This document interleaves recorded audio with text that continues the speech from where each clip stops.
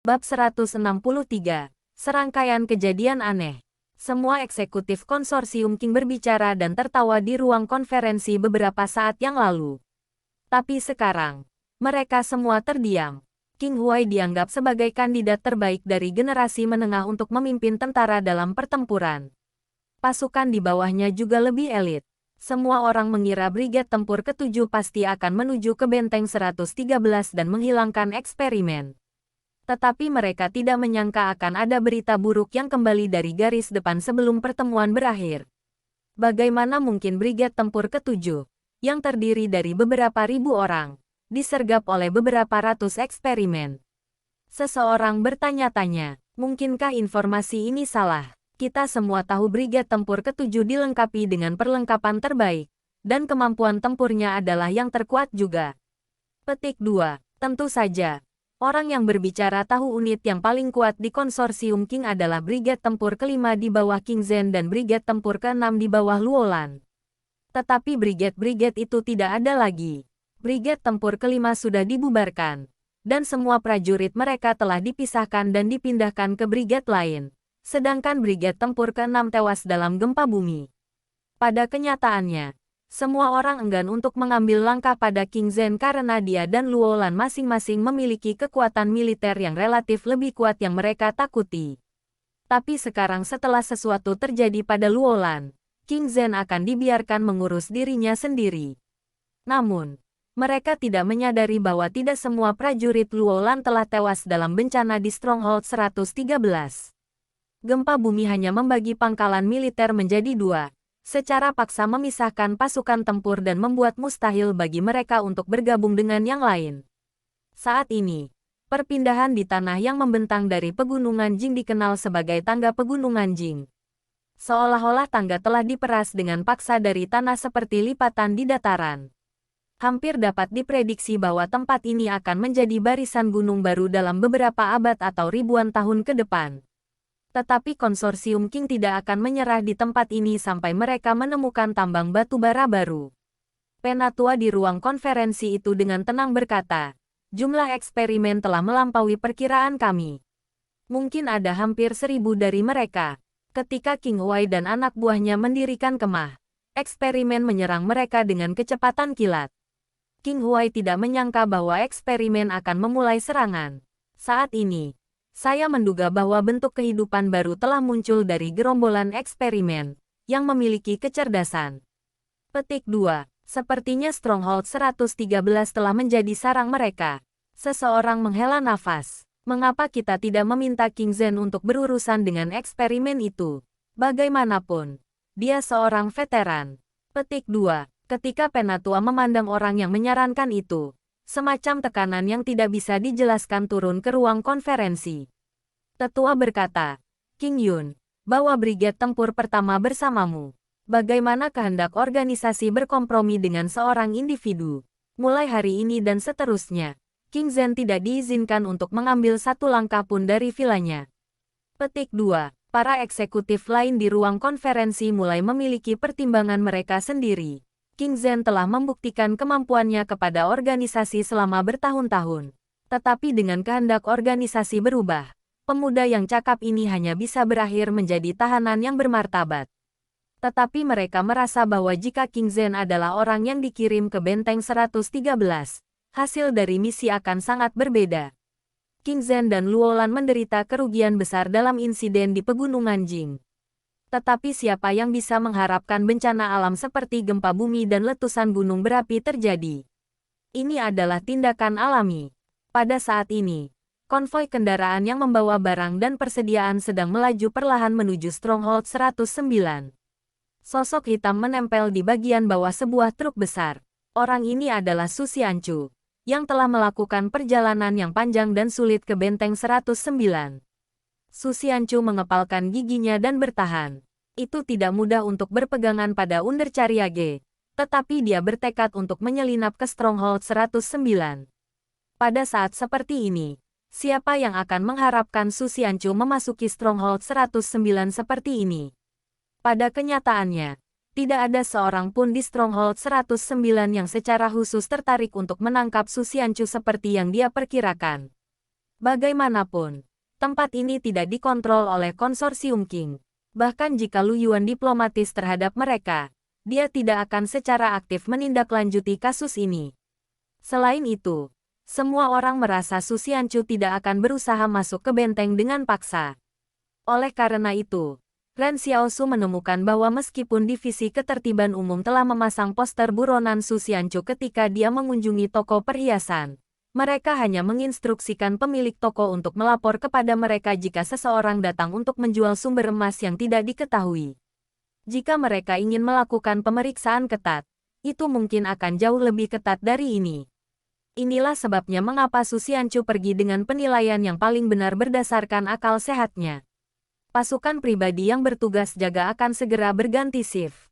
Su Xianchu tahu persis seperti apa perilaku pasukan pribadi itu. Ini berlaku untuk hampir semua pasukan pribadi di dunia karena semua organisasi di dunia hampir sama. Ketika dia masih di Stronghold 113, dia telah mengamati bahwa pasukan swasta biasanya akan memeriksa truk kargo dengan sangat hati-hati ketika mereka melewatinya. Tetapi inspeksi mereka akan mendapatkan banyak pemalas selama shift berubah di malam hari. Bahkan, banyak barang selundupan diangkut ke benteng selama jangka waktu itu. Beberapa orang bahkan akan dengan sengaja menyuap pasukan swasta dengan harapan bahwa mereka akan menutup mata terhadap kegiatan mereka. Su Xianchu menduga bahwa itu akan sama untuk pasukan pribadi di Stronghold 109. Tentu saja, dia tidak 100% yakin akan hal itu. Tetapi jika dia ingin menyusup ke benteng, ini adalah satu-satunya waktu dia bisa melakukannya. Jika dia tidak bisa masuk, dia hanya akan dipaksa untuk melarikan diri lagi. Bukannya pasukan pribadi itu bisa menghentikannya. Benar saja, seperti yang diprediksi Su Xianchu. Konvoi barang dan pasokan ini bahkan tidak diberi pemeriksaan dasar saat memasuki benteng. Ini membuat Su Xianchu lega sekaligus curiga. Baginya, manajemen pasukan pribadi di Stronghold 109 tampak lebih lamban dibandingkan dengan Stronghold 113. Setelah konvoi melaju dengan berisik ke benteng, Su Xianchu naik ke kontainer kargo dari bawah truk. Kendaraan ini mirip dengan truk batu bara. Dengan pengangkut udara terbuka, Su Xianchu duduk di wadah dan memikirkan fase selanjutnya dari rencananya. Ketika ia kelelahan karena melarikan diri, yang ia inginkan hanyalah menemukan tempat terpencil di mana ia bisa makan sesuatu dan beristirahat. Ketika dia melihat barang-barang di dalam wadah, tiba-tiba Su Xianchu merasa ragu. Semua yang ada di sini disegel dalam kotak kayu, jadi dia tidak bisa melihat apa yang ada di dalamnya. Su Xianchu mengeluarkan belati untuk membuka kotak kayu. Dia tertegun ketika melihat barang-barang itu, karena semuanya dipenuhi dengan senjata dan amunisi. Tiba-tiba, truk itu menyimpang dari konvoi. Sisa kendaraan terus melaju ke depan, tetapi truk tempat ia berpisah telah memisahkan diri dari kelompok utama dan menuju siapa yang tahu kemana. Su Xianchu segera tahu ada yang tidak beres. Truk ini tidak mengirimkan senjata api ke konsorsium Li. Jika ya, itu tidak harus melakukannya secara rahasia. Seseorang harus menyelundupkan semua senjata ini. Sebelum dia bisa mengetahuinya, truk itu berhenti. Kemudian dia mendengar suara datang dari luar truk. Cepat, turunkan barang dan letakkan di gudang. Temukan kesempatan besok untuk mendistribusikannya. Petik 2. Pintu samping wadah terbuka dengan gemuruh. Tepat setelah itu, Su Xianchu dan Luolan saling menatap. Saat itu di dini hari, Luolan melihat ke dalam wadah sambil menyinari senter. Dia ingin memiliki pandangan yang lebih jelas pada orang di dalam wadah. Kemudian, Luolan berteriak, "Persetan!" Su Xianchu. Bab 164, Konsorsium King terlalu picik. Luolan masih cukup terkenal di Stronghold 113 dan sering menghadiri acara-acara publik seperti upacara dan galas. Pasukan pribadi kemudian akan mengambil peran personil keamanan di acara-acara seperti itu. Jadi Su Xianchu telah melihat Luolan sebelumnya. Tapi Su Xianchu sedikit terpana. Dia tidak akan pernah bisa berharap untuk bertemu Luolan di tempat ini. Tapi dia dengan cepat menyadari ada hubungan tak terhindarkan di balik kebetulan yang tampaknya ini. Waktu Su Xianchu memilih untuk menyusup ke benteng 109 adalah ketika pasukan swasta malas melakukan tugas inspeksi mereka. Karenanya, banyak orang biasanya memilih kerangka waktu ini untuk menyelundupkan barang ke dalam benteng. Saat ini, Konsorsium King hanya bisa mengandalkan penyelundupan untuk mengangkut senjata api ke markas yang dikendalikan oleh Konsorsium Li. Maka dengan menyimpan di dalam kendaraan yang digunakan untuk penyelundupan, dia akhirnya bertemu Luolan, yang baru saja menerima sejumlah senjata api yang diselundupkan. Tapi tentunya truk bermuatan senjata ini cukup untuk melancarkan pertempuran skala kecil, bukan? Apakah Konsorsium King akan menyerang benteng 109? Hal yang paling sulit untuk diterima Su Xianchu adalah bahwa ia dapat dikenali sekilas bahkan ketika wajahnya sudah menjadi sangat kotor. Saat itu, Su Xianchu melompat keluar dari wadah. Dia menendang dada Luolan dan berlari ke jalan. Pasukan Konsorsium King belum bisa bereaksi.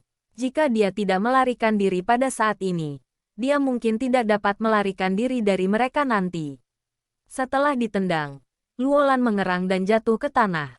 Dia tidak lupa berteriak kepada orang-orang di sekitarnya ketika dia berbaring di tanah. Cepat dan tangkap dia. Kita harus menangkapnya. Apapun yang terjadi. Itu Su Xianchu. Petik 2. Pasukan Konsorsium King segera melucuti senjata mereka yang sudah dilengkapi dengan peredam dan mengejarnya seperti sekawanan anjing pemburu. Su Xianchu, yang melarikan diri di depan, takut mati ketika dia melihat ke belakang. Meskipun dia memiliki klon bayangan yang bisa melindunginya dari peluru, itu tidak akan berhasil jika terlalu banyak tembakan ditembakkan padanya. Su Xianchu sangat bingung. Dia hanya sedikit ingin tahu tentang rahasia pegunungan Jing saat itu. Namun, dia belum masuk ke dalam perimeter yang didirikan Konsorsium King. Bisakah mereka mendapatkan petiar lebih dari ini? Saat mereka berlari terburu-buru, pasukan Konsorsium King tidak berani menembak dengan bebas. Bahkan jika senjata mereka dilengkapi dengan peredam suara, mereka masih akan menimbulkan sedikit kebisingan jika peluru menghantam permukaan apapun. Mereka mungkin harus mundur ke selokan lagi jika pasukan tempur Konsorsium Li disiagakan. Posisi Luolan dan anak buahnya ditempatkan tidak jauh dari toko Ren Xiaosu. Jadi Su Xianchu dan para pengejarnya tiba di pintu toko setelah berlari hanya beberapa kilometer. Ren Xiaosu merasa khawatir dengan keributan di luar. Dia diam-diam mengangkat pintu Rana Roll dan memperhatikan apa yang sedang terjadi.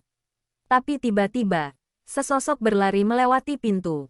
Ren Xiaosu melihat ke arah mana asalnya dan terkejut melihat lebih dari 10 tentara berseragam hitam mengejar siapapun yang baru saja berlari. Tunggu sebentar. Bukankah pasukan itu dari Konsorsium King? Setelah pasukan juga berlari melewati toko, Ren Xiaosu mengangkat pintu Rana dan melihat orang terakhir, Luolan, berlari sambil terengah-engah. Ren Xiaosu tertawa. Siapa yang kamu kejar? Su Xianchu. Luolan terengah-engah saat berkata, Ren Xiaosu, aku akan membayar kamu 100.000 yuan jika kamu meminta Chen Wudi untuk membantuku menangkap Su Xianchu. Ren Xiaosu membeku. Jadi itu tadi sialan Su Xianchu. Mengapa dia datang ke benteng 109? Dia bertanya dengan ekspresi aneh. Apakah kamu yakin itu Su Xianchu? Iya, ini pasti dia. Luolan membenarkan. Ren Xiaosu berada di posisi yang sulit. Dia harus membantu. Tapi itu bukan Konsorsium King yang seharusnya dia bantu. Sebenarnya, itu adalah Su Xianchu yang ingin dia bantu sekarang. Lagi pula, jika Su Xianchu ditangkap oleh Konsorsium King, Ren Xiaosu mungkin akan berada dalam masalah besar. Jadi dia harus membantu Su Xianchu. Tiba-tiba, suara dari istana berkata, Quest, bantu seseorang dalam kesulitan melarikan diri. Ren Xiaosu bertanya-tanya mengapa istana sudah menilai Su Xianchu sebagai seseorang yang dalam kesulitan. Itu entah bagaimana membuatnya terdengar seperti dia dalam kondisi yang cukup menyedihkan saat ini. Dia berkata kepada Luolan, kamu bisa terus mengejar Su Xianchu seperti yang kamu inginkan. Tapi aku tidak akan terlibat dalam masalah di antara kalian berdua. Dia kemudian menurunkan pintu Rana Roll sambil mengabaikan apapun yang dikutuk Luolan dari luar. Ren Xiaosu segera pergi ke halaman belakang dan memanjat dinding. Dia berlari di sepanjang atap ke arah Su Xianchu melarikan diri. Pada kenyataannya, hal terpenting bagi Ren Xiaosu saat ini adalah tidak membiarkan Su Xianchu jatuh ke tangan Konsorsium King.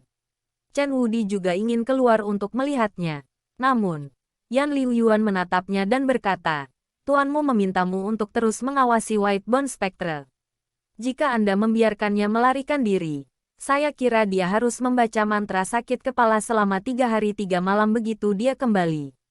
Chen Wudi menjadi patuh begitu dia mendengar itu. Harapan Dong Funan dimunculkan hanya untuk dihancurkan lagi. Bahkan, dia masih bisa melarikan diri dari sini. Meskipun dia diikat dengan aman dengan tali, dia masih bisa membebaskan mereka dengan susah payah. Tapi apa gunanya membebaskan dirinya dari tali? Dia tidak bisa mengalahkan Chen Wudi. Dong Funan bahkan curiga Chen Wudi mungkin supernatural terkuat yang ada saat ini. Terus terang, Dong Funan menginginkan kebebasannya kembali. Persetan dengan mengisap darah. Dia akan menjadi vegetarian selama sisa hidupnya jika itu berarti dia bisa mendapatkan kebebasannya kembali. Sebelumnya malam ini, Ren Xiaosu berbincang-bincang panjang dengan dia, di mana dia pada dasarnya membiarkan dia tahu bahwa obat hitam yang digunakan untuk merawatnya tidak gratis dan dia harus bekerja untuk melunasinya. Adapun bagaimana dia akan melunasinya, pengaturan akan baginya untuk mencuci piring di bawah pengawasan Chen Wudi. Dong Funan benar-benar terdorong untuk putus asa. Hanya berdasarkan keganasan Ren Xiaosu, itu tidak berbeda dengan bagaimana organisasi mengeksploitasi para pengungsi. Dia ingin bertanya apa yang dia lakukan dengan uang yang Luolan bayar kepadanya. Namun, mulutnya masih mati rasa sehingga dia tidak bisa mengucapkan sepatah kata pun. Ren Xiaosu mengatakan kepadanya bahwa jika dia tidak mengatakan apa-apa, dia akan menganggapnya telah memberinya persetujuan. Pada saat ini, Dong Funan lapar akan kebebasan lebih dari apapun. Tidak apa-apa jika dia hanya harus menghadapi Chen Wudi. Tapi sekarang, yang paling dia khawatirkan sebenarnya adalah Yan Liuyuan. Mudah menipu Chen Wudi karena ia berpikiran sederhana. Jika dia sendirian dengan Chen Wudi, dia mungkin bisa membujuknya untuk melepaskannya. Namun, Yan Liuyuan akan memperhatikannya setiap saat dan merupakan orang yang sangat pintar dan waspada. Dia tidak bisa menipu dia sedikit pun. Pada saat ini, Ren Xiaosu telah mendorong kecepatannya hingga batasnya ketika dia melompat dan mengikat atap. Hanya dalam beberapa menit, dia sudah bisa mendengar langkah pasukan konsorsium King. Dia melirik Su Xianchu, yang ada di depan, dan terkejut melihat dia berlari dengan semua yang dia miliki sementara Luolan dan anak buahnya mengejarnya dari belakang. Namun, Ren Xiaosu agak bingung dengan ini. Berbicara secara logis, kebugaran fisik Su Xianchu saat ini seharusnya melebihi manusia biasa. Jadi mengapa dia berlari sangat lambat? Ren Xiaosu tidak tahu bahwa Su Xianchu kelaparan. Kenapa lagi dia berlari begitu lambat? Ketika Ren Xiaosu mengikuti mereka, dia bertanya-tanya apa yang harus dia lakukan untuk menyelamatkan Su Xianchu tanpa menyinggung Luolan pada saat yang sama. Tunggu sebentar. Bukankah aku memiliki kekuatan seperti dewa untuk memukul seseorang secara rahasia? Sesaat kemudian, Luolan tiba-tiba melihat sebuah tangan terulur dari bayangan atap-atap di sebelahnya. Itu menamparkan dahinya, membuatnya jatuh ke tanah. Luolan menyadari bahwa ini adalah kekuatan yang digunakan untuk membuka pintu dalam bayang-bayang. Tapi bukankah kekuatan ini unik untuk Luo Xinyu? Dia berteriak dengan marah. Luo Xinyu, persetan kakekmu. Bukankah kalian orang-orang dari para penyabot belum melakukannya?